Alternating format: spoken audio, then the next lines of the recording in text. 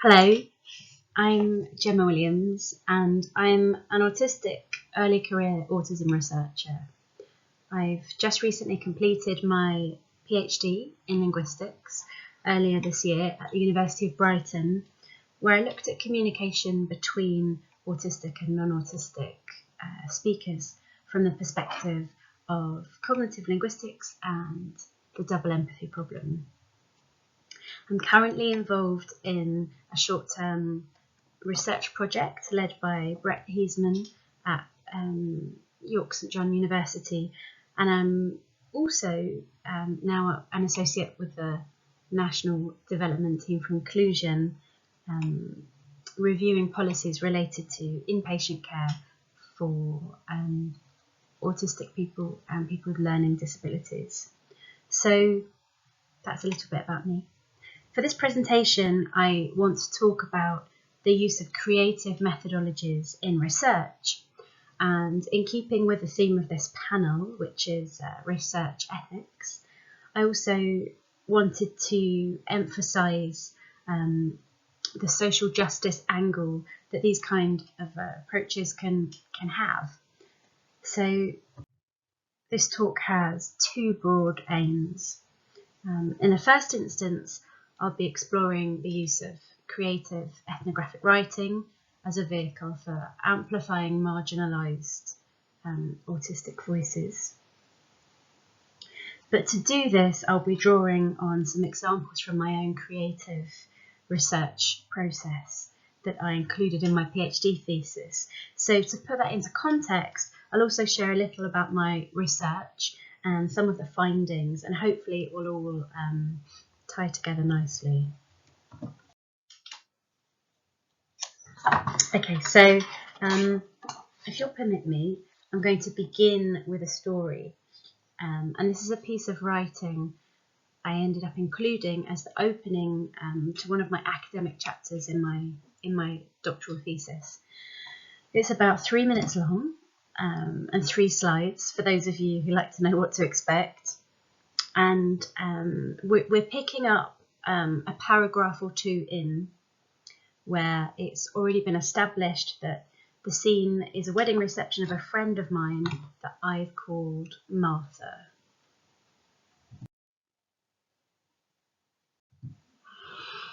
Out back, the pub garden was spiced with plums and crab apples, dipping their branches low. Lingering evening sun dappled the faces of the few who had also come outside to finish their meal, perched like bright birds around one large circular table.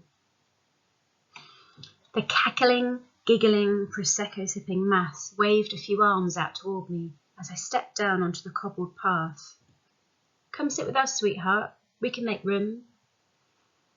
To the left of them, on the other side of the path, in a shady area, was one grey-suited man, sat alone. His grey hair, almost chin-length, stuck out at odd angles. Half-slumped, his grey hands were folded into his grey lap. With his feet planted squarely on the floor, his knees were bent at right angles, raising the trouser hemline to expose a thick streak of grey shin above each of his socks, dark blue, to match his bow tie. Calling back my thanks, I picked my way slowly over to the shaded side, cautious not to spill my fizz as I moved. "Do you mind if I join you?" I asked, my voice soft, eyes down to the ground. "Oh, no, please, sit down." As I ate my dessert and hurried and offered some to Martha's older brother, the brother I'd not heard mention of in 15 years until, on receiving my invite to the wedding, and when I'd reminded her I'm not always great in crowds, he came out as a form of reassurance. Reassurance that I wouldn't be the most autistic person there because he was like properly autistic, never spoke. He'd probably wander off for a walk over the downs to get away from it all, she'd said. He was always wandering off. Mother's brother took up my offer of some brownie and reciprocated with a fresh raspberry from his eaten mess. We continued to sit in silence together, occasionally nodding and smiling for 5 minutes, for 10 minutes. I liked his company. After hours of small talk and catching up with old friends and pleases and thank yous and oh my goodness, your child has grown, this sitting together was a solace. Easy. Martha's brother would occasionally murmur, spooning meringue into his mouth. I'd agree, rolling chocolate around my tongue. As we both stared ahead, resting our eyes on the grass blades quivering in the breeze, a small bird alighted on the ground before us. What kind of bird do you think that is then? Martha's brother asked me, and voila! Birds had once been a special interest of mine, so I tumbled into a rusty repertoire of animated facts and anecdotes, with Martha's brother chuckling now. He made a joke about Doctor Who, something I didn't understand at all because I've never seen any Doctor Who, but what I did understand was that he was making a joke, so I laughed with him, and it felt funny. And I told him I don't really know about Doctor Who as I don't have a television and I lived on a boat, which he found funny. We spoke about my boat and his room where he lived in his mum's house and what we like to do in our spaces, and from nowhere, Martha was standing in front of us, beautiful, backlit by low sun in her vintage dress, announcing the arrival of the taxi that had come to take Martha's brother home. We'd been sat there for almost an hour. This had been some time ago, and I'd not yet seen Martha since, but here was Sally, long skirts sashaying over the grass towards me, coming to share a quiet moment under the sunset. Martha said it made her day, seeing him so happy, seeing him have someone to talk to. I smile back at my friend, but I feel the tug of sadness.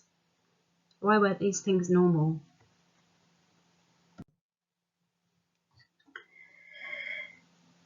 So, returning for a moment to my doctoral research, the central themes were human communication. I approached this from the perspective of relevance theory, which is a technical, cognitive account of utterance interpretation, which in other words is a theory of how we make sense of what we hear or read in context, and in particular the implied meanings that are often communicated and the ways that our mind is able to efficiently and usually quite accurately, despite the seemingly infinite number of ways to interpret something, understand what's intended. Another theme was cross-dispositional communication. So here, I mean communication between speakers of two different neurotypes. In this case, specifically between autistic and non-autistic speakers. I chose to look at speaking autistic individuals because a lot of how we still think about autism is based on ideas about how autistic people perform or engage in social verbal communication. But there's still a lot we need to learn about communicating with non-speaking autistic individuals, and that theirs is a voice that we need to hear. But this was the focus of this PhD research. And I drew on Damian Milton's double empathy problem theory, which I'm sure many of you will be very familiar with, but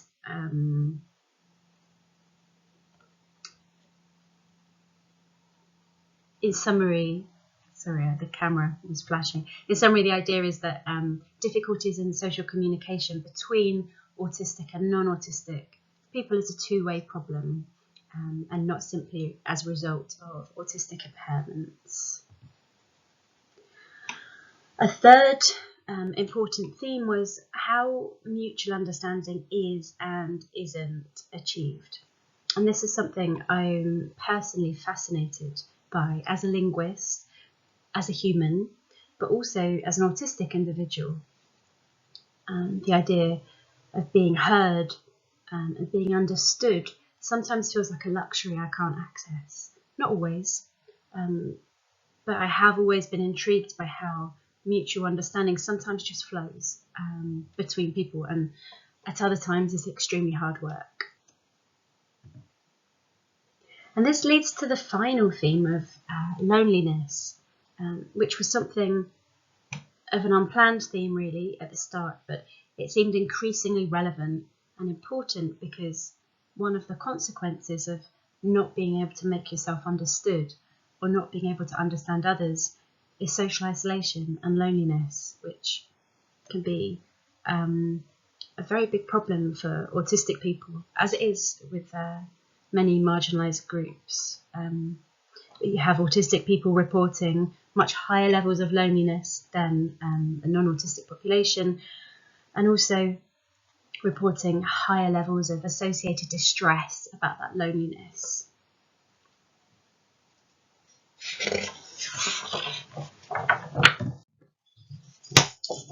So in order to collect the naturalistic conversation data for my analysis, I organised a pilot community engagement project where participants were invited to come and talk in pairs for around 10 minutes about the topic of loneliness,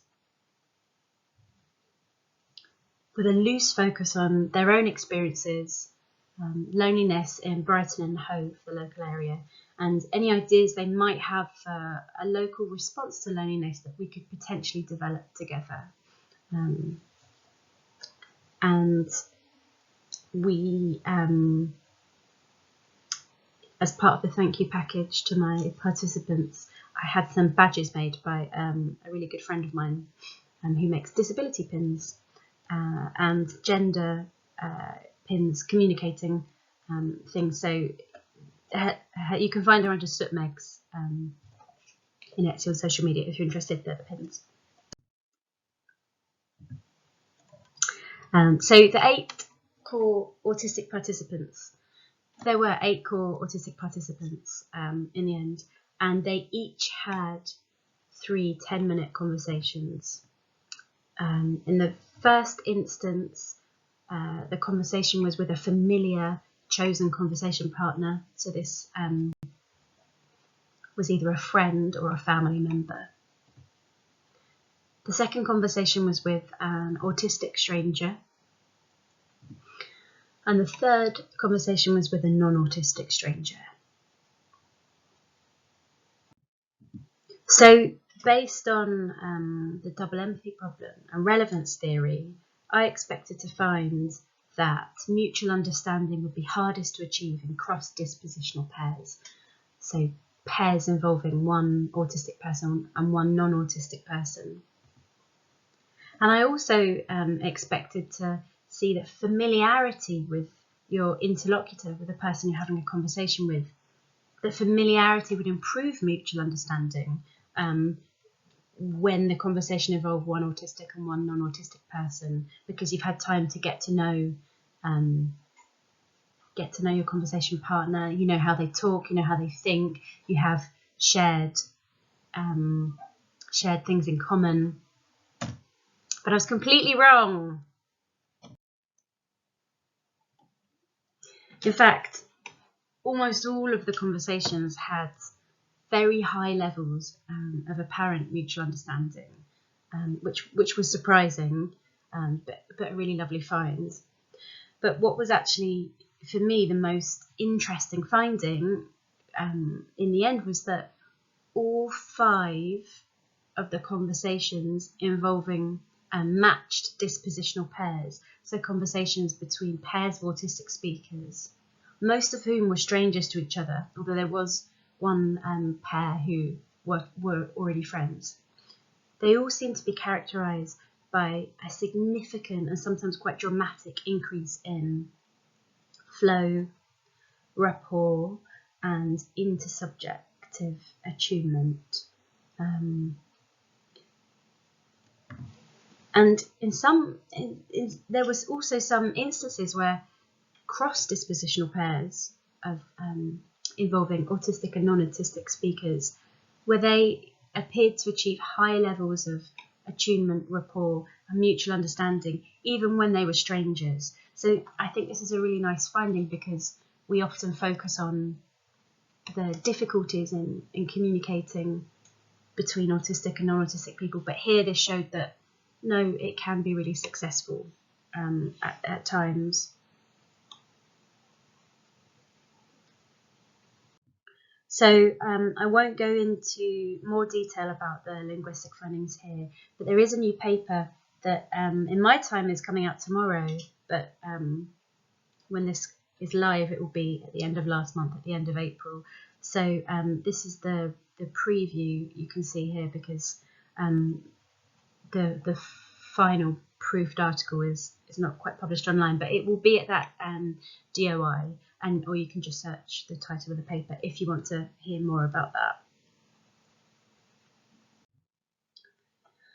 So in addition to the linguistic findings, there were of course more qualitative findings around autistic people's experiences of loneliness.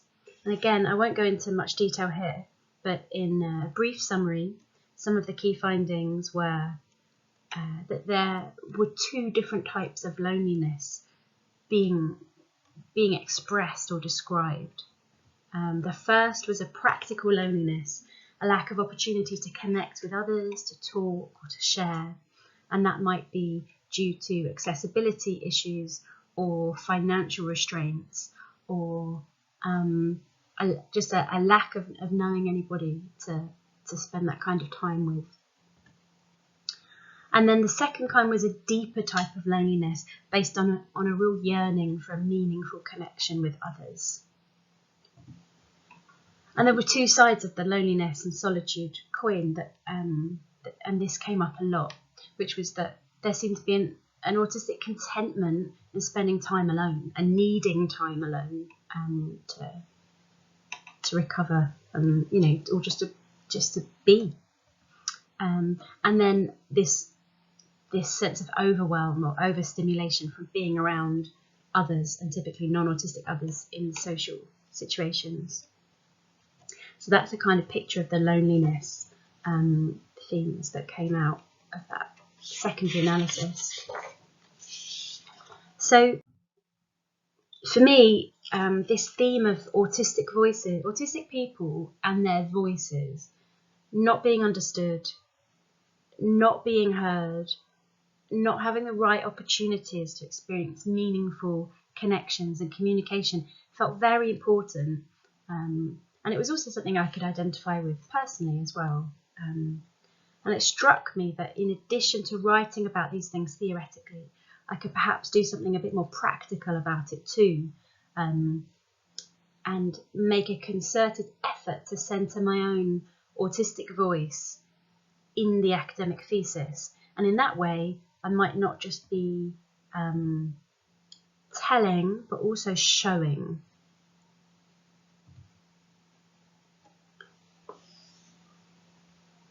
So there's been a real growth in the last decade or so in the recognition of the value and the importance of involving autistic people in research that addresses issues that relate to them in some way. And yet, despite this, autistic people in academia still face a huge number of barriers. In the first instance, just to entering the academy.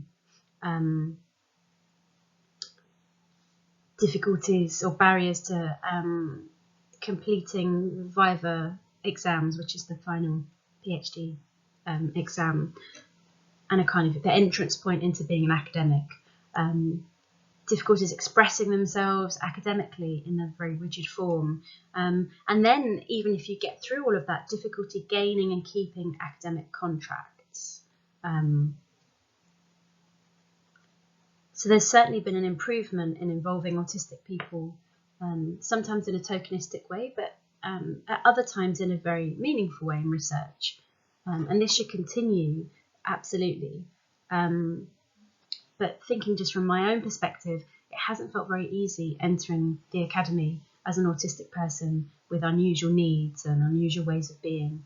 And it's felt like a very rigid structure that I don't fit into very well.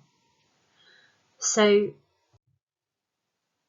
there's a sub-branch within anthropology and ethnography, which the sociological study of humans and groups of humans in their own environments. And this sub-branch is called autoethnography, and this involves the researcher studying their own people.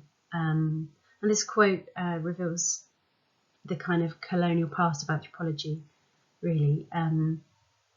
But in the context of an autistic researcher researching autism, I think it still kind of works. And autoethnography involves the researcher being a full member of the research group or setting, visible as such a member in published texts, committed to developing theoretical understandings of broader social phenomena. And autoethnographic writing is typically very reflexive. It draws on critical self-reflection and involves performance of the self, or what's referred to as the vulnerable self, which can often be quite radical or transgressive when that kind of vulnerability is placed in the context of traditional academic writing. Autoethnographic writing is creative. It uses evocative literary language and often has a narrative threaded throughout. And it's made up of layered accounts where a writer might incorporate multiple voices representing theory or subjective experience, fantasy or fiction, and lots more to convey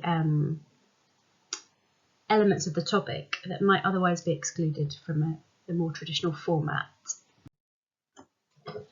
So I also drew on humanistic anthropology, which focuses on understanding and using the arts of storytelling, music, poetry and performance, as well as critically engaged analysis to convey lived human experience. And it also favours avoiding jargon and making research observations accessible and engaging and transportative. So a really lovely example of this I've come across as an ethnographic play. It's not autoethnographic. The researcher isn't disabled herself, but it's an ethnographic play. It's using this creative humanistic anthropology, and it's based on field research and interviews with disabled adults in Russia that was then co-produced as a script and performed by some of the original participants. So rather than reporting on findings in a kind of rigid academic way, it becomes much more accessible and engaging and moving and probably communicates a lot more. As a brief side point, I've recently joined the board for the Society of Humanistic Anthropology, and there is an ethnographic poetry competition. The deadline is the 10th of June. Please feel free to submit anything. It's free, and you can follow the link by scanning that if you play this video back. Okay, so in summary, I think for autism research, especially autoethnographic writing, is a creative methodology that really allows for the tacitly acquired specialist expertise that an autistic person will naturally have to be mined for the rich information that it includes. And in some way, some authority over knowledge production is reclaimed, and it avoids this what's been called the fishbowling effect of being a subject for others to ponder over. And in my thesis,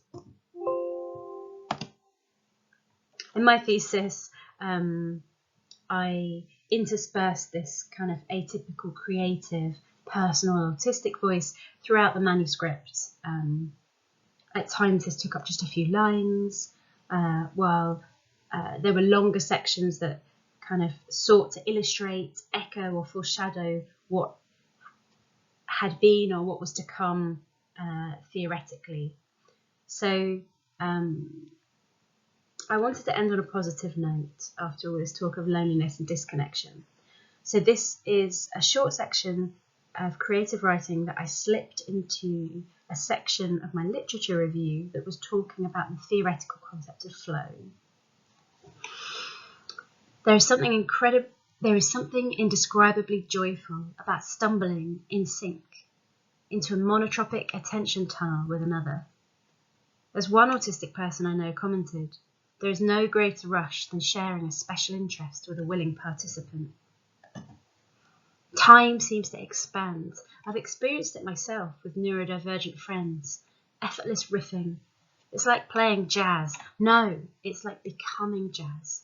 Your eyes are closed, your fingers find the right holes on the clarinet that, combined with your breath, at just the right moment, send a tube of throbbing thick black up to meet the blue-grey smoke of guitar riff hovering in the air at just the right angle. The barbecue hot sizzle of a cooking hi-hat cymbal lassoing it all together with a trumpet from the far side of the room, cutting through like a hot knife. It's like falling into flow. So, thank you very much. Enjoy the rest of the conference.